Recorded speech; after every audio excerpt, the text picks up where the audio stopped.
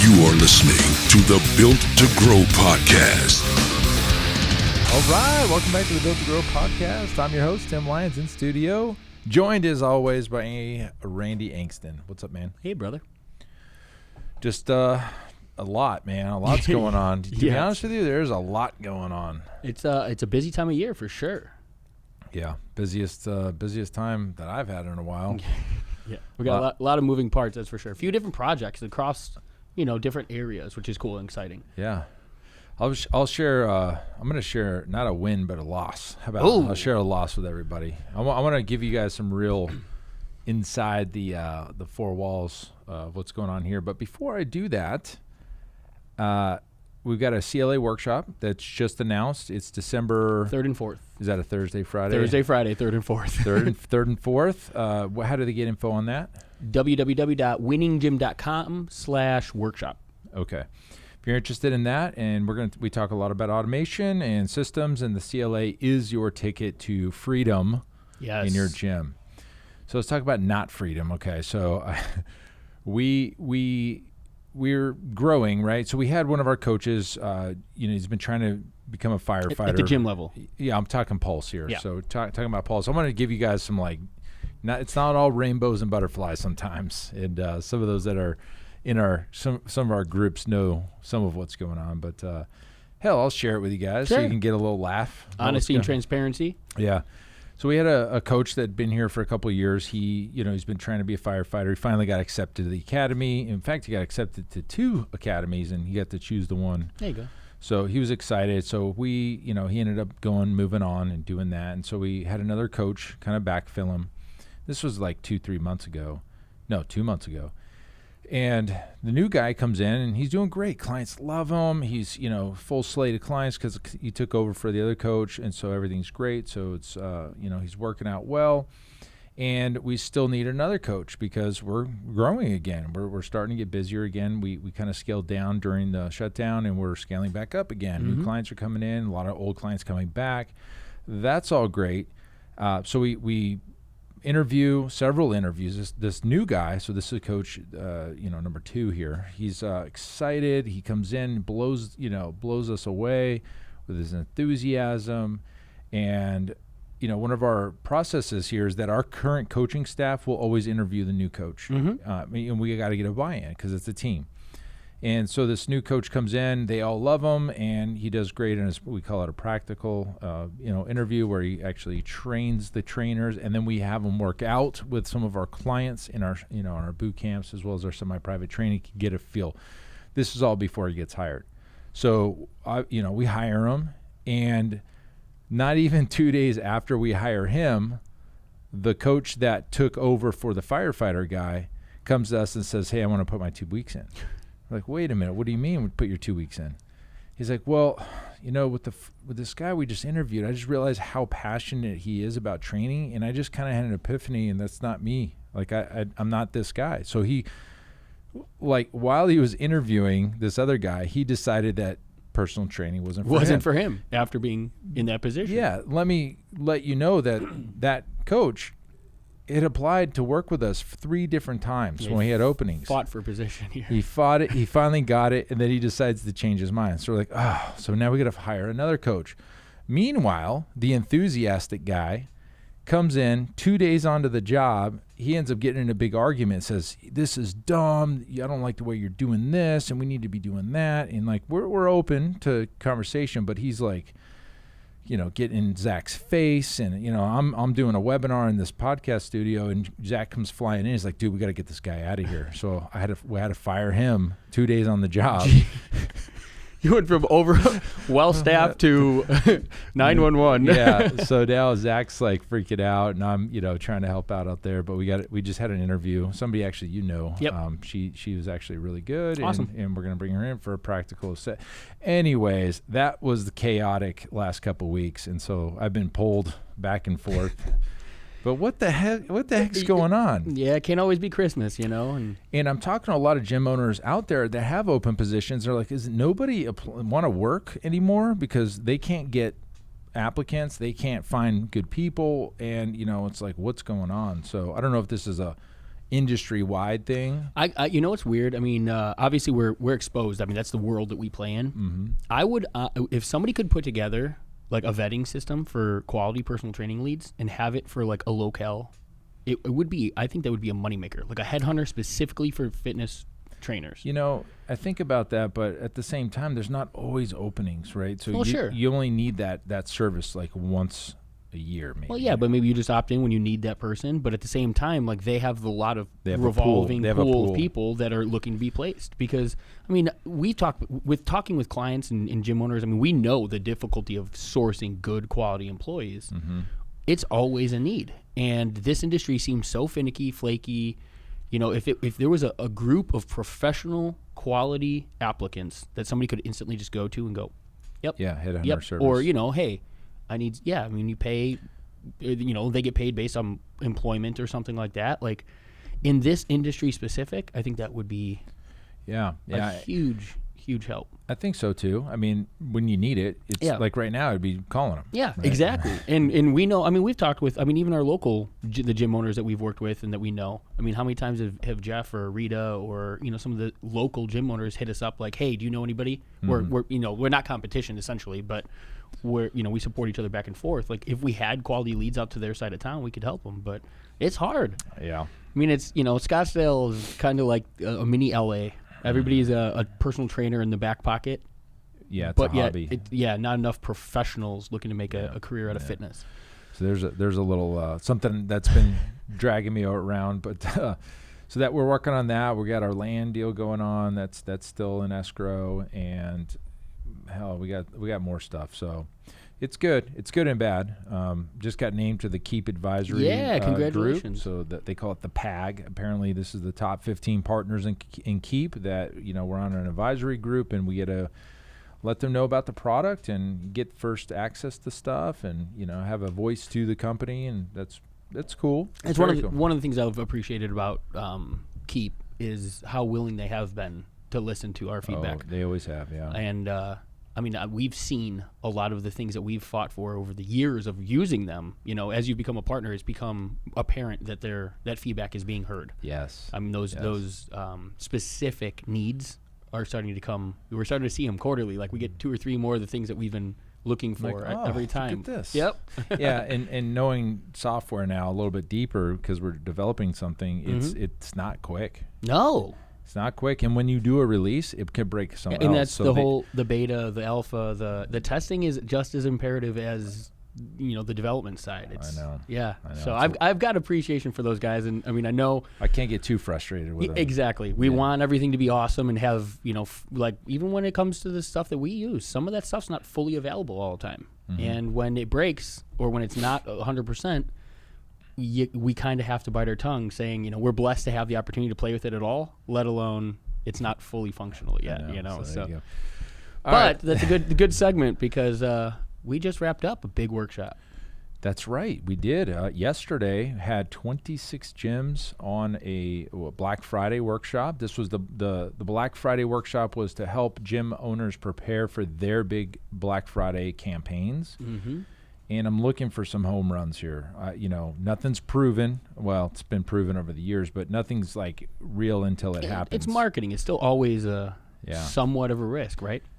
So let's talk about what we did in that and how, you know, if you guys are listening to this and you're kind of stuck on a Black Friday, you know, you can kind of listen to what we did and, you know, either try it for yourself or let us know if you want some help there. But, you know, Black Friday, we've talked about it a couple times in the past, and, you know, this time of year, and I feel that of all the years, this is going to be a massive Black Friday. You're going to see some records broken because, you know, on the news, you kind of see like online retailer sales went up, you know, I bet you it's like 40%. Oh, I bet higher this than year's going to last be insane. Yeah, people are not going out and shopping in the malls and doing that stuff, and so they're going online, and so we need to be online too. Yeah. And so as your, you know, as your marketing coaches or whatever you want to call us or advisors, we advise you to have purchasing available online for your your services. And you know, what do we offer? So our you know, it's our thought process that you should have, you know, you should be selling what you normally do, like your memberships. Your memberships. And when we first announced this workshop, a lot of people are like, well, what's the 6-week challenge play that we're selling in this? And we're not. We're selling your memberships. Yep. We're just going for a home run with it. We're not going to go a low barrier or anything. We're going for home runs because this is the time to go for a home run. So we put together, a good, better, best option. And, we hope they settle in with the good, or, maybe it would be great if they all went to the best option. But, the way we've kind of structured it is every gym's a little different. Some offer personal training, some do semi-private, some people do team or group or basic access, some people did online. So we kind of talk through what these packages should look like. And from at the price point level of a good option for Black Friday, I think you should be somewhere between $500 and $1,500 for the good option. That is low enough but high enough to make it worth it, but low enough for people to say, yeah, I'll do that online. And again, just to talk, compare that, right? That's the lowest tier offering, but we're not advertising. That's a big thing. So the return on investment, right? We don't have a big ad spend this year for Black Friday. We're not trying to compete against those retailers Tim was just talking about. This is already being marketed to existing prospect lists, past client lists, essentially your database of contacts, which is a huge deal. So back up for like probably 15 episodes ago, we talked about, do you own your own traffic? Yes. Maybe that was a nice... it was called, Do You Own Your Traffic, Bro? That was the name of the episode, Do You Own Your Traffic, Bro? And the idea behind Do You Own Your Traffic, Bro is that you run ads, you run paid advertising, paid traffic to capture the lead. Mm-hmm. And then once you capture the lead and you get the opt-in, you own it. So now you don't have to pay to go market to those folks. If you're using a CRM like Keep or Infusionsoft or any of the others, you have that on a list. Mm-hmm. And you should be, if you're doing this the right way, marketing to them, nurturing them, giving value to that list, and keeping them excited to be opening your emails and looking for more information from you. So all that work that you've been doing, now is the time to cash in on something like a Black Friday. So we created this, big engagement sequence, card open reminders, early warning, mid warning, late warning. We use text messaging, we used emails, we used voicemails, and we're driving them to a funnel, which you built, Randy, with a good, better, best option where, it's integrated with the merchant processor, and you can take those payments right there online without you having to make the sale as the gym owner. And this is something we've been doing since 2015. Yeah, I don't think we'd be sitting in the seat if we didn't get good at that. Yeah, we're really good at that. And, it's not just generating the lead, it's generating the sale. And so having that merchant processor built in so you can actually take the credit card online where they would type it in and make the payment. And so we did all this stuff yesterday. Let's talk about what we gave everybody. We gave everybody every single email. Yep. The script, the copy. We just went in and branded it together. Yep. We gave everybody every single text message. We gave them the copy on that. We did merge fields so they didn't have to type anything out. It says their name. It says the company name. It says everything. We use merge field links for the funnel. We gave them the funnel. The funnel we branded. That first couple hours was you going through, and we were branding it, creating our offers, integrating everything. Together. Doing this together. 26 individual gyms. Yep. Boom. Knocking it out. I love the big groups. It's fun. Yep. Then we at the end, we gave everybody the voicemail scripts. They can go and use, the voicemail broadcast to let, that list know that there's a sale coming. Let that list know the cart's open. Let that list know the cart's closing. Let that list know the Cyber Monday offer is now available. And we did a funnel with timers that basically, I guess it hides elements and shows new elements. So as soon as Black Friday's over, guess what? You don't have to go in and change it. It automatically changes to the new offer, which is Cyber Monday. If anybody has that old link, they can still buy the Cyber Monday deal. So it was all done for them. I'm pumped. I'm excited. We have a follow-up call Friday with everybody to kind of, hash everything out, fix any little bugs. And, our first marketing doesn't go out till November 12th. So we're well in advance. And this is what proper planning looks like, having this done early enough to where you can make some tweaks and changes and make sure that, it's exactly, we're not like, what do we want to do for Black Friday? It's done. And I want to talk about the time there too, because it's something that we're doing also. And I recommended everybody that was, I took a call with for the workshop, I had the same conversation with. There's time between now and then to work on your list, to work on the open rates, to work on the value you're providing. I could tell you, I mean, across the board, when it came to size of the list, when it came to open rates, there were people that had open rates under 3%. There were people that had open rates consistently on offers over 30. Email lists is small. Some people got on the phone. They're like, I only got 150 or 300 emails, all the way up to 7-10 grand. And then, we took everybody through the same ideas. Let's clean these lists out. Let's make sure that we're marketing for open rates, for quality, conversation opportunity. Yeah, that Clean 13. Clean 13 is a big part of it, right? And it wasn't just, 10,000 emails. Let me throw out a mass number of offers and just see what sticks. I mean, there is thought to this stuff. And the beauty of that process is that's something that these individuals and gym owners can do year round. And it's something we've talked about in the past. I mean, I went back to our episode with Evan Samarin about email deliverability.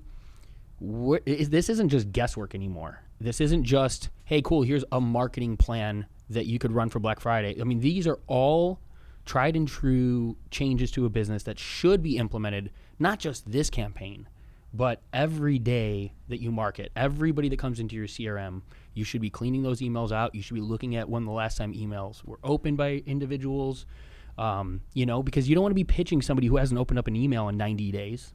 What's the value there? They'll care. They'll never open it. Yeah, exactly, right? And you're only doing yourself a disservice by pounding somebody like that with an offer. Yeah. It's going to hit, they're going to hit unsubscribe, or they're going to hit spam, or they're never going to open it, which still alone is working against you. Minus points. So these are ideas that you can take year round, but in a situation like this, we were able to take all of those gym owners, explain all of that, put them all through that process before even getting to the actual nuts and bolts of the workshop. This is just something that's going to help them succeed even more. Yeah. I'm excited, like you said. I mean, I think big numbers this year.